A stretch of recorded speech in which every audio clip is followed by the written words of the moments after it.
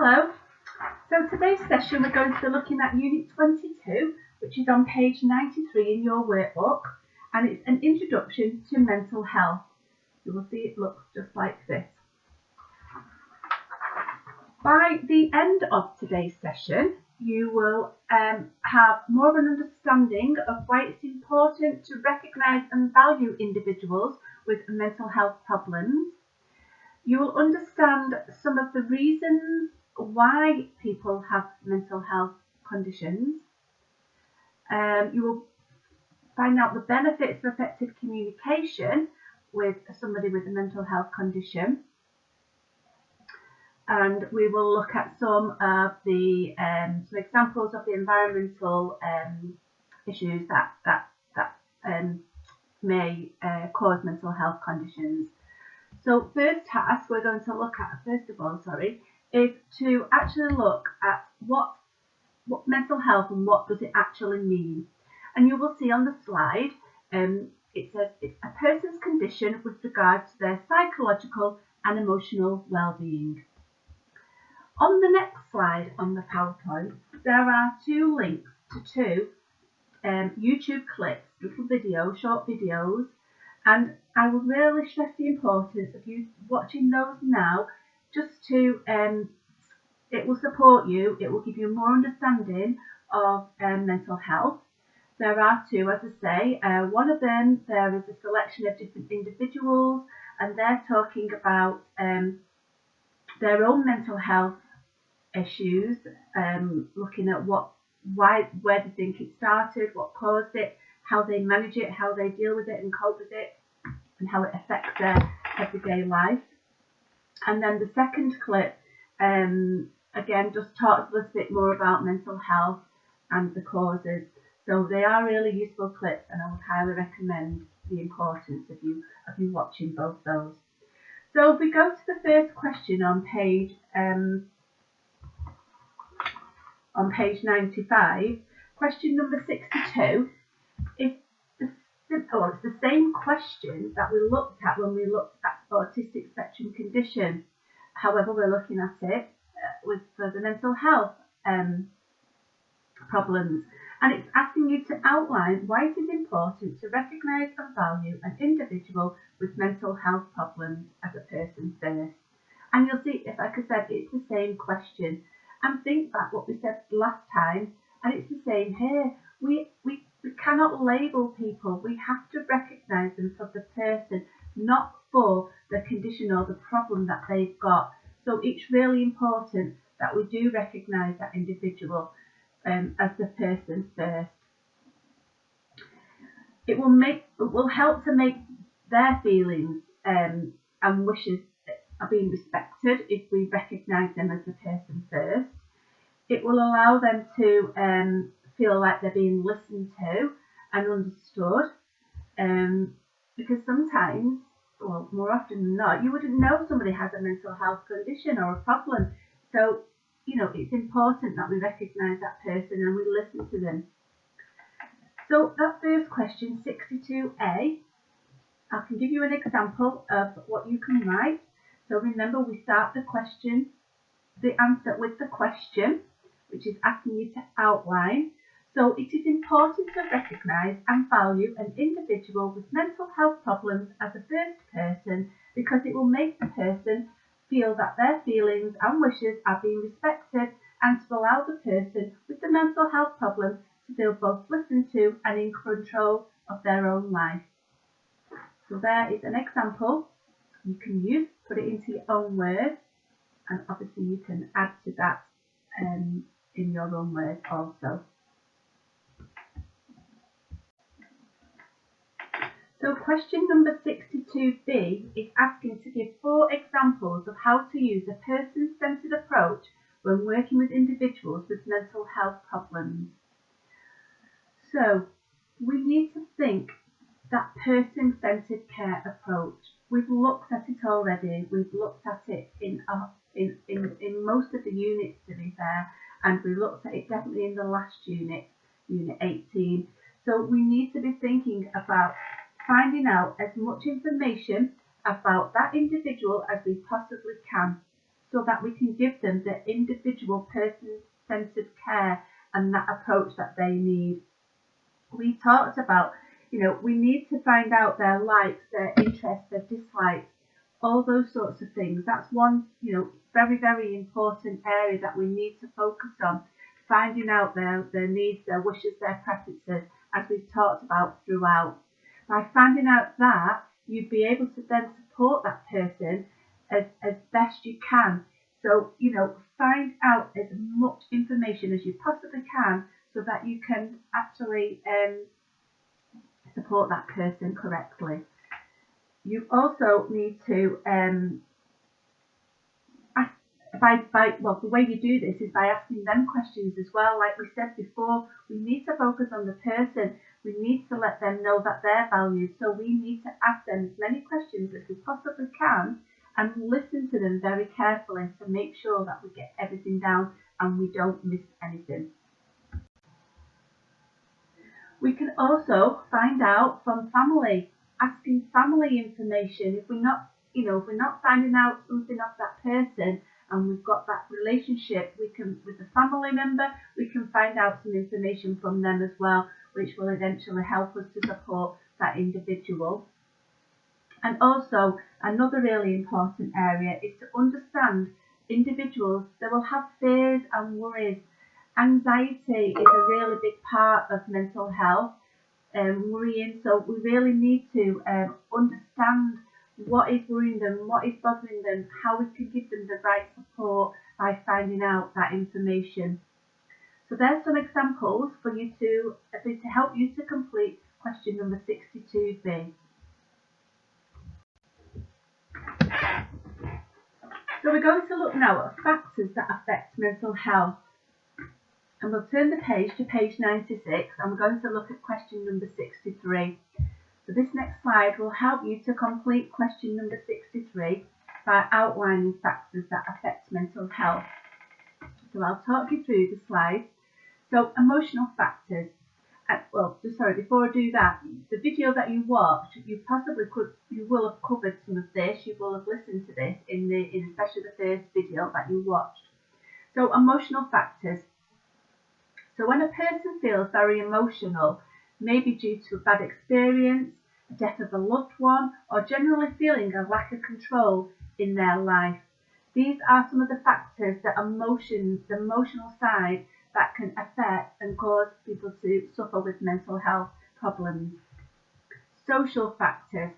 So when a person feels isolated, feeling alone, having no friends or unemployment, or unable to go out and socialise due to having lack of funds or no one to go with, these are all the factors that can affect the social factors that can affect individuals. And if you are feeling alone and no one to talk to, and no money to go out to socialise, these are the things. People are sitting on their own, and their minds are working overtime, and this can have an effect on people's mental health. Excuse me. Psychological factors. So when a person has a fear of coping with a traumatic situation, such as abuse, they may have a phobia. So for example, they may be scared of leaving the house. There could be bullying or stress involved. So these are all the psychological factors. Again, the mind, it affects the mind, and these psychological factors can affect mental health. If somebody is being abused, they may be being put down all the time, making them feel that they're not worthy. That will make them feel they're not worthy. If somebody is putting them down all the time and telling them they're no good at this, they're no good at that, this type of abuse can affect psychological factors that link to mental health. And finally, physical factors. So if a person, or when a person has a physical disability, it makes them feel different, and they may worry, that people will look at them differently. And if you think back, we looked at the last unit 18, we talked about not labelling and putting the person first. But some people don't do that, and then other people, individuals will feel this can affect their mental health. Another physical factor is not being included or not feeling included because they may have a disability, they may use a wheelchair. We talked about equality, we talked about inclusion and including everyone, but if somebody doesn't feel included, then obviously that's going to have an effect on them. Okay, so we're now going to look at question number 64, and it's asking you to give at least 2 examples of biochemical mental health problems. Okay, you'll see there's 3 circles on the page, and I'm going to talk you through some of the examples on the PowerPoint. There are some explanations of what each one is, but I also want you to do some research yourself to get more of an understanding of the different examples on the PowerPoint. So a biochemical mental health, so this is when chemicals in the brain change how a person thinks and feels. And you will see on there that some of those disorders include bipolar disorder, postnatal depression, anxiety disorders, depressive disorders. So as I say, have a look at the slide, have a read through some of the examples on there, and then do some further research to help you to choose at least 2 examples. You can fill all 3 of those circles. There is enough information there for you to do the 3, but the minimum is 2. So that's your choice. We'll then move on to question number 65. And the question here is asking to give at least 2 examples of psychological mental health problems. And again, you will see on the slide, when a person has a fear of coping with a traumatic situation such as abuse, they may have a phobia, so they may be scared of leaving the house. It could be bullying or it could be stress. So there's 2 more examples that will help you to complete question number 65. Question number 66 is asking to give at least 2 examples of mental health problems that are due to the effects of stress. So you've got anxiety. So this is often caused by stress, so it's causing mental health problems. We've talked about it before. Anxiety, so people may suffer with anxiety for many different reasons, and anxiety will really affect somebody. It might affect them actually socialising, leaving the house, worrying unnecessarily, but they don't feel like it's unnecessarily because their anxiety is really bad. So that could be caused through stress. Depression, so it's often caused by stress, causing mental health problems, and dementia, which can be linked with stress also.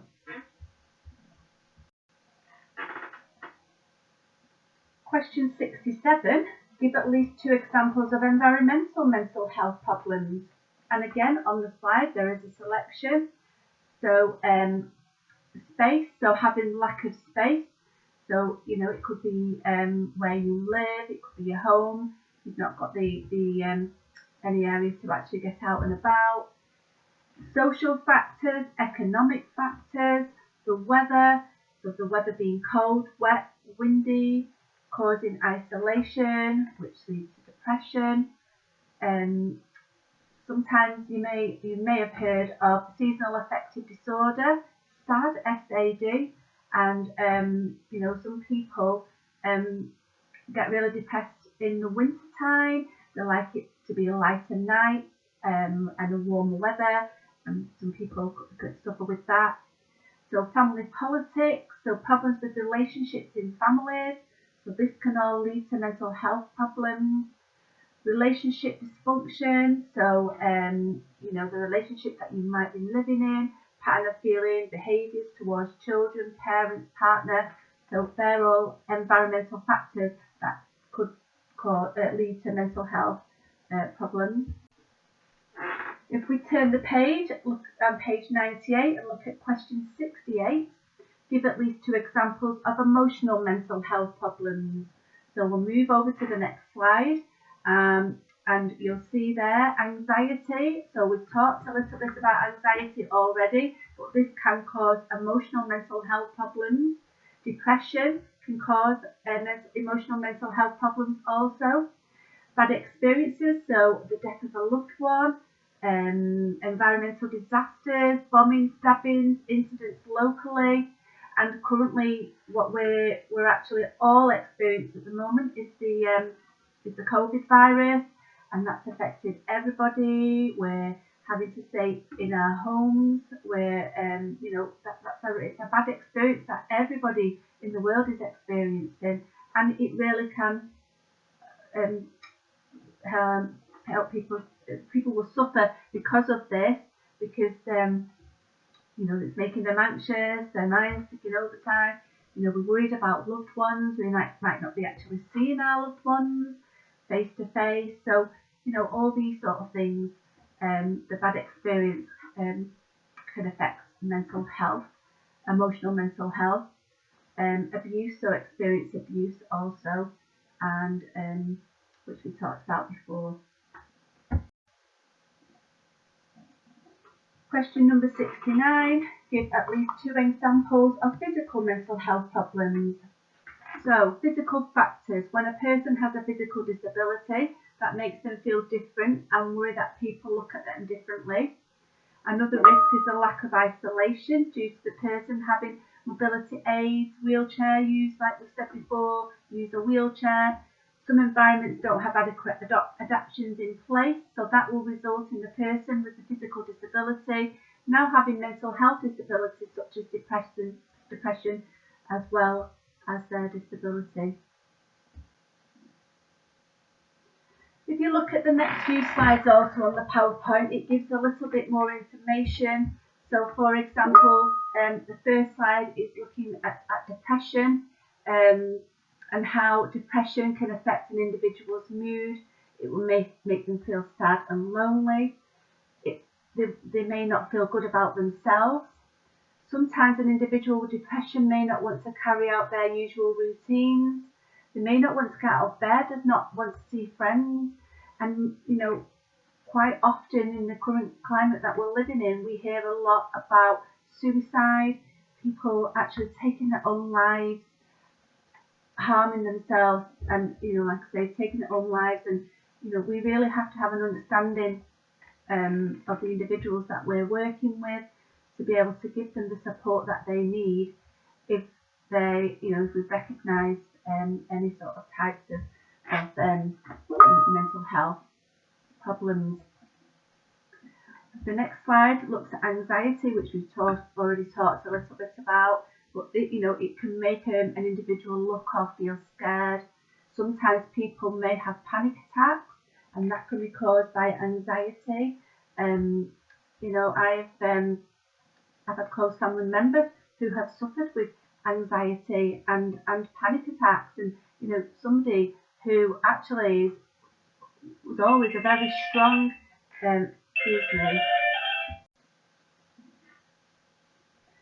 So yes, sorry about that, got distracted. So somebody, very close family member, usually always a very strong personality, strong person, and all of a sudden start having panic attacks and worrying. And there was a family member that was poorly, and it turned out this was what the problem was. And the way that they was managing it or dealt with it was that by having a panic attack. And it was very scary for everybody involved, and especially that person. However, they did get the support they needed, and eventually, they managed to come out the other side, which is really good. It's actually, recognising sometimes what might be causing these things. Sometimes people will feel nervous, so this can cause anxiety, and sometimes people won't be able to sleep, so the lack of sleep again can cause anxiety, can cause that as well.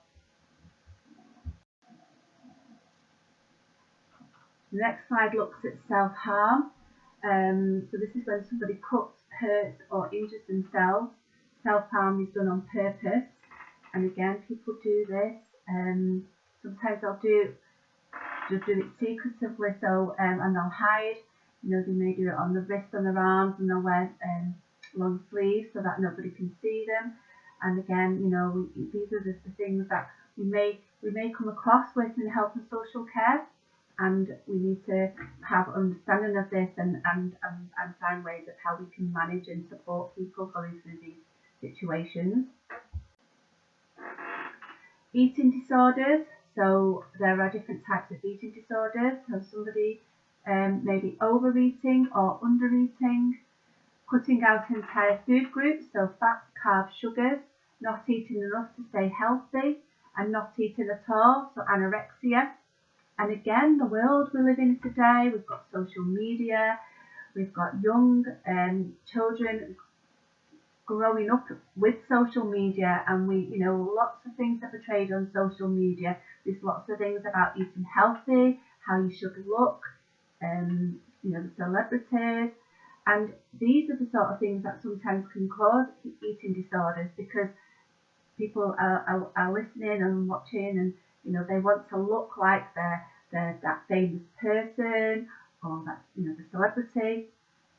And this is where these eating disorders can actually happen. So again, it's something that you need to be aware of and understand how you might deal with that and manage and support somebody going through that. Stress, we talked a little bit about stress before, but this the stress can involve feeling worried, anxious, tense, being unable to sleep well, no longer enjoying food, no longer eating food, not being able to eat, or overeating. So stress can cause that as well. And you'll see that some of these different types of mental health problems overlap as well. They're all very similar. The next slide talks about bipolar disorder. So a person's mood changes between high and low. So an example being overexcited versus being very sad and very unhappy. So mood swings and changes in behaviour. Sometimes people with bipolar behave normally, then at other times they will seem very strange. So you may come across this when you're working in health and social care as well. Schizophrenia. So when an individual imagines that characters or voices in their head are real, they may think they're talking to them or telling them to do things.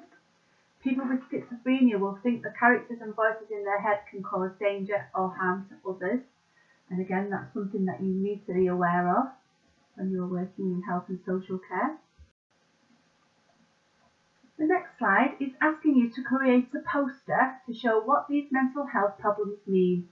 So you can use the examples on the slide and use one A4 sheet of paper and design your own poster using the information on the poster. You can add your own information if you want to as well, with any further research that you have done.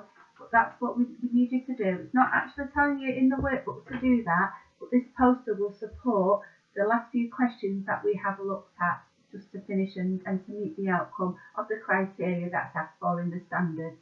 Okay. So we're going to look at the last two questions now, and we're going to start with question number 70 on page 99, and it's asking you to identify the benefits of effective communication on the lives of individuals with mental health problems. Now, we've looked at communication, we looked at it in the unit 4, and also we looked at it on the last unit 18. But what are the benefits of effective communication?